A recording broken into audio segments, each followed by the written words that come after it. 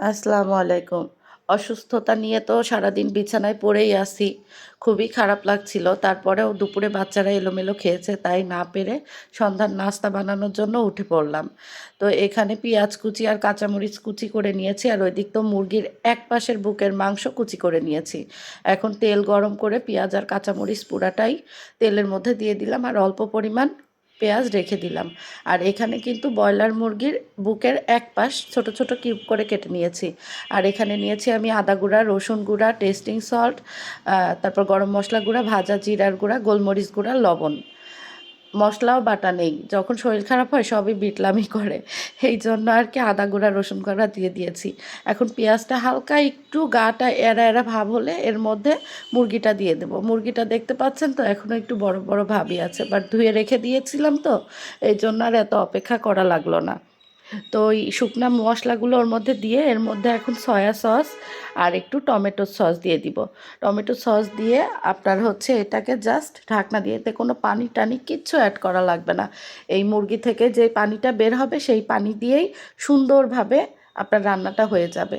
তো এর মধ্যে মানে শুকনা ঝালের গুঁড়া না দিয়ে আমি একটু শুকনা ওই যে শুকনা মরিচের হচ্ছে ক্রাশ করাটা দিয়েছি, আপনারা চাইলে গুঁড়াও দিতে পারেন।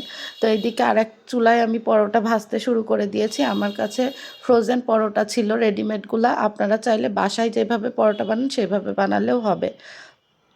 এখন মানে সব উপকরণগুলো নিয়ে চলে আসলাম। এখন আমার লাগবে টমেটোর সস, লাগবে হচ্ছে তেঁতুলের সস, এইটা মাস্ট বি লাগবেই। তেঁতুলের সসটাই এর মানে স্বাদটাকে দ্বিগুণ তিনগুণ পাঁচগুণ করে দেয়। আর এখানে চাট মশলা আর বিট লবণ একসাথে মিক্সড করে নিয়েছি। আর নিয়েছি শসা কুচি আর ওই পেঁয়াজ কুচিটা তো ছিল কাঁচা পেঁয়াজ। এখন পরোটাগুলাকে সুন্দর করে এইটা দিয়ে রোল বানাতে হবে।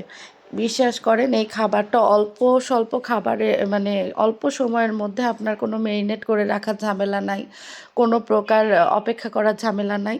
এখন আমি মুরগির মাংসগুলো রান্নাটা দিয়ে এর ভিতর পেঁয়াজ কুচি, তারপর শসা কুচি, তারপর ওই মশলাটা দিয়ে দুই রকমের সস মানে টমেটো সস আর হচ্ছে তেঁতুলের সস, এইগুলা সব উপকরণগুলো একসাথে দিয়ে রোল করে নিব। আমার বাচ্চারা খাবে তো হাতের মধ্যে একটা টিস্যু ধরাই দিব। আপনারা যদি এগুলো পরিবেশন করতে চান একটু ফয়েল পেপারে মুড়িয়ে দিতে পারেন, বা ওই যে বেকিং পেপার যেটা সেটা দিয়েও মুড়িয়ে দিতে পারেন। বিশ্বাস করবেন একবার বানিয়ে খেয়ে দেখেন, এত টেস্ট হয়, এত অল্প জিনিসের মধ্যে মানে অস্বাভাবিক সুন্দর টেস্ট হয়। এটাকে মূলত এগলেস ইন্ডিয়ান রোল বলে। ইন্ডিয়ায় এই টাইপের করেই বানায়, একটা মেয়োনিজ দেয়, একটা এই তেঁতুলের সস দিয়ে বানায়। তো সবার কেমন লাগলো কমেন্ট করতে ভুলবেন না। বাবা খেতে দিচ্ছে না টুইঙ্কেল, বসার স্টাইল দেখেন।